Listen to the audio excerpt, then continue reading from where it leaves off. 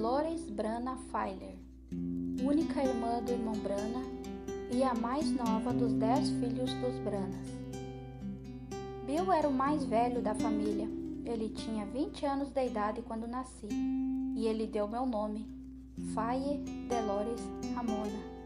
Suponho que como eu era a única garota depois de 9 rapazes, ele usou todos seus nomes favoritos de uma vez. Minha memória mais antiga de Bill é em um Natal, quando eu tinha cerca de 5 anos de idade. Não tínhamos muito e a igreja era novinha. Ele estava dando laranjas para as crianças. Todos sabem que meu pai bebia, mas por alguma razão ele estava no culto. Todas as outras crianças estavam pegando suas laranjas e elas me fizeram ficar por último porque eu era a menina Brana. Bem, meu pai devia estar bebendo porque ele me levantou e me colocou na frente e Bill me entregou uma laranja. Eu nunca esqueci aquilo, como o papai me levantou e me colocou na frente de todas aquelas crianças e disse: Dolores, vá pegar a sua laranja agora. Eu era muito protegida, a mamãe me mantinha perto de casa, longe de todos os rapazes e outras coisas. Bill me batizou no rio Milton quando eu tinha 10 anos de idade. Como criança, sempre fomos diferentes. Não que eu sempre ficasse envergonhada com isso, mas as pessoas sempre zombavam de nós, porque nossa fé era muito diferente. Elas riam de nós. Tínhamos cabelo comprido e elas achavam que éramos estranhos. Foi meio difícil de aceitar isso quando criança, mas quando você vai crescendo, percebe que isso não importa. Estamos nos aprontando para voltar de onde viemos. Bill e eu passamos pouco tempo juntos, um com o outro, infelizmente. Ele sempre estava fora. Pouco tempo antes de me casar, Bill disse: Quero te levar para sair e conversar com você. Então saímos para algum lugar. Ele fazia patrulha nas linhas de alta tensão da Companhia de Serviço Público naquela época. Nos sentamos e começamos a conversar. Foi muito amável. Lembrou-me que casar não era só uma coisa a fazer, era um compromisso para a vida inteira. Explicou-me como June era bonito, moreno, cabelo ondulado e com boa saúde, mas aquela saúde e beleza iriam desaparecer. Ele disse: Você vai pensar nele como pensa agora? Você está pronta para um compromisso como esse? Ele me perguntou e eu lhe disse que sim, e ele orou então por mim. Tenho que admitir, eu tinha um temperamento difícil. Eu realmente tinha um temperamento ruim. Quando me casei, Bill disse: Vou dar 6 meses para ela, mas durou mais de 20 anos. Ele realizou nossa cerimônia de casamento no tabernáculo, mas ele estava muito doente. Foi no dia 11 de setembro, 10 horas, em uma quente manhã de sábado. Então Bill se pôs de pé com seu terno branco, com febre alta e usando mais roupa por baixo por causa dos calafrios. Ele nos casou, mas estava muito doente. Depois, enquanto a vida prosseguia, me dei conta do que Bill era. E agora, quanto mais velha, mais aprecio o que ele era e o ofício que ele tinha. Isso é uma coisa que sentimos falta na família. Parecia que todos os outros vinham por primeiro antes de nós. E eles vinham, haviam pessoas doentes e ele tinha muita coisa para dar para esse mundo. Tudo o que Bill nos falava, nós aceitávamos porque sabíamos que ele estava certo. Não passamos muito tempo com Bill, mas sabíamos que se precisássemos dele, poderíamos ligar, especialmente se estivéssemos doentes. De vez em quando, se eu estivesse algo em meu coração, que eu estivesse desesperada para falar para ele e não tinha mais ninguém com quem eu falar, eu ia até sua casa. Certa vez, Meda estava no Arizona e ele estava sozinho em casa.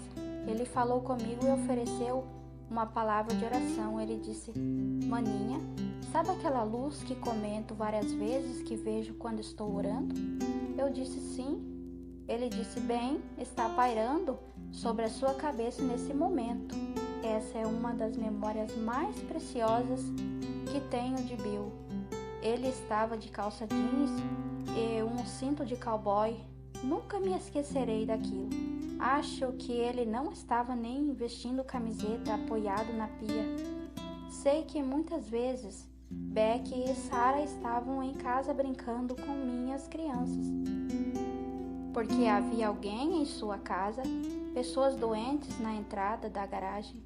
Você não podia entrar e elas não podiam sair para o quintal e brincar, mas elas iam para a casa da minha mãe e brincavam no quintal dos fundos. Elas lá iam e se sujavam, mas mamãe não ligava. Ajudávamos enquanto Bill estava fazendo seu dever. E Meda nunca estava livre, todos em sua casa, todo o tempo, e mais pessoas chegando. Mamãe era uma típica senhora do interior, muito singela, muito simples, com necessidades muito pequenas. Nunca foi uma pessoa chique, mas foi uma das melhores mães que alguém poderia ter. Ela era rigorosa conosco, até mesmo com os rapazes ela tentava. Claro, ela teve que criá-los sozinha. Eu era muito pequena, tinha cerca de 7 anos de idade quando papai morreu e mamãe teve que criar a família. Ela trabalhou duro a vida inteira. No começo, fazia comida para os marinheiros no estaleiro Jeff Bott. Ela cozinhava e lavava as roupas em uma tábua de lavar para o que eles chamavam de rapazes do mar. Quando os grandes barcos atracavam nas docas do Jeff Bott, os marinheiros iam até terra firme para comer. Minha mãe tinha que ter ajuda, então a tia Mami veio de Kentucky e trabalhava para ela. Depois nos mudamos para uma casa maior na rua Maple, que foi onde ela viveu até sua morte. Lá ela mantinha pensionistas nos quartos de cima. Mamãe e tia Mamie cozinhavam e lavavam as roupas.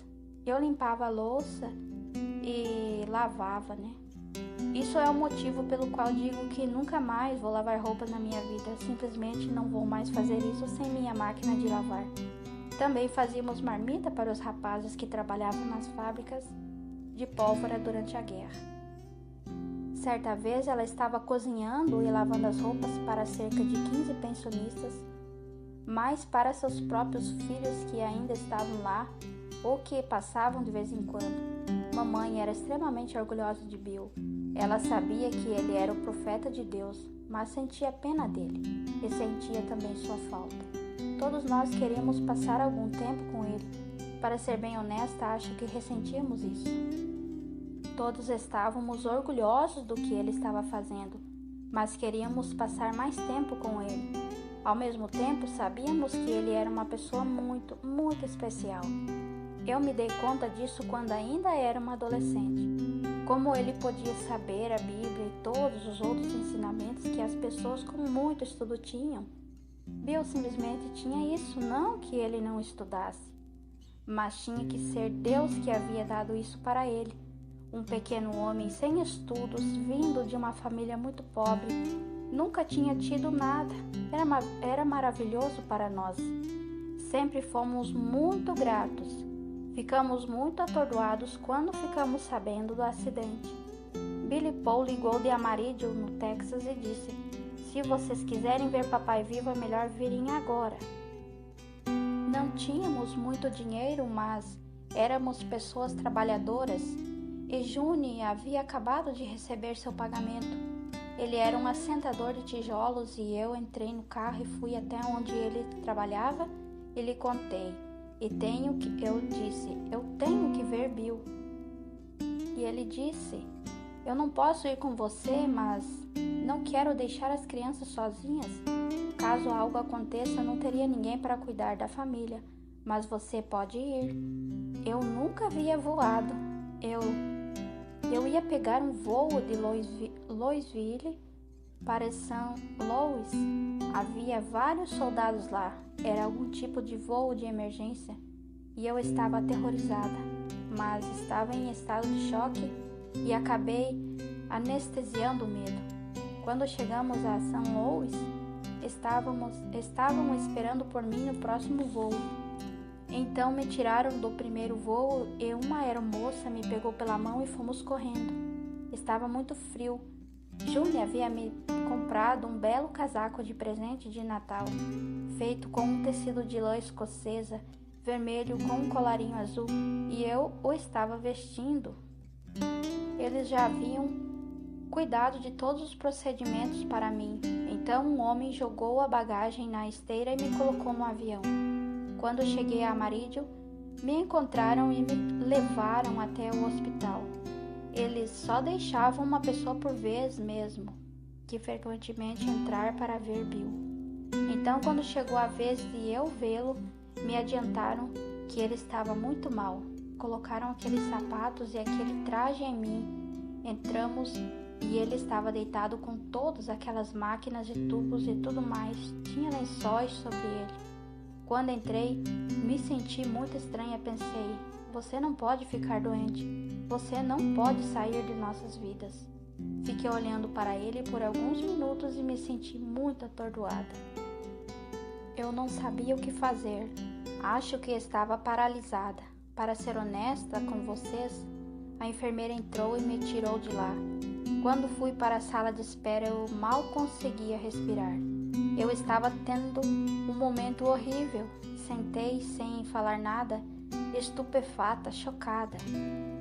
Fiquei em Amarillo por alguns dias e ele estava ficando muito mal e era véspera de Natal. E ele estava vivendo graças às máquinas. Os médicos já haviam dito a Billy Paul que só as máquinas estavam o mantendo vivo. Eu sabia que não havia nada que eu pudesse fazer por Bill, então decidi que era hora de ir para casa e voltar para minha família. Era o último voo, estava nevando e ventando. Liguei de São Louis e ele já havia falecido. Não acho que a minha vida tenha voltado ao normal depois disso. Você perde aquilo. Não sei como explicar, ele se foi. Nunca mais tudo ficou certo novamente. Mamãe e Bill eram os estáveis da família. Quando mamãe morreu, fiquei devastada, mas sempre tivemos Bill. Então, quando Bill se foi, foi simplesmente bem, o fim da nossa família. Tentei fazer algumas reuniões de família, nos reuníamos e tínhamos um bom tempo juntos, quando Dona ainda estava viva. Mas já não havia mais proximidade. Então Jessé ficou doente e foi morrendo gradualmente. Não que não nos amássemos, só não víamos uns aos outros. A família não era mais uma família. Henry morreu, todos eles estão mortos agora. Você menciona que é do Tabernáculo, Brana, e as pessoas dizem, o que é isso? Eu os digo que é a igreja do meu irmão. Então eles entram na internet e descobrem que é considerado uma seita.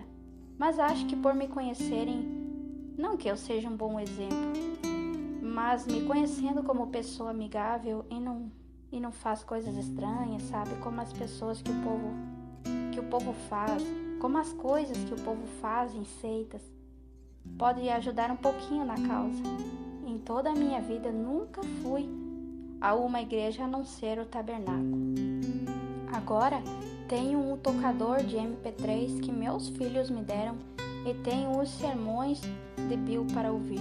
Eu não vou à igreja, mas nunca estive longe da igreja. Pelo que sei, coloquei minha fé em Deus, está em primeiro lugar em minha vida. Você não acreditaria que um profeta de Deus viria através de nossa família. Não que sejamos pessoas ruins, mas éramos pessoas que não tinham nada. Que eu saiba, ninguém da nossa família tinha um diploma de ensino médio. Em minha mente, acredito que Deus nos mandou Bill e acho que Bill era seu representante e tinha seu espírito.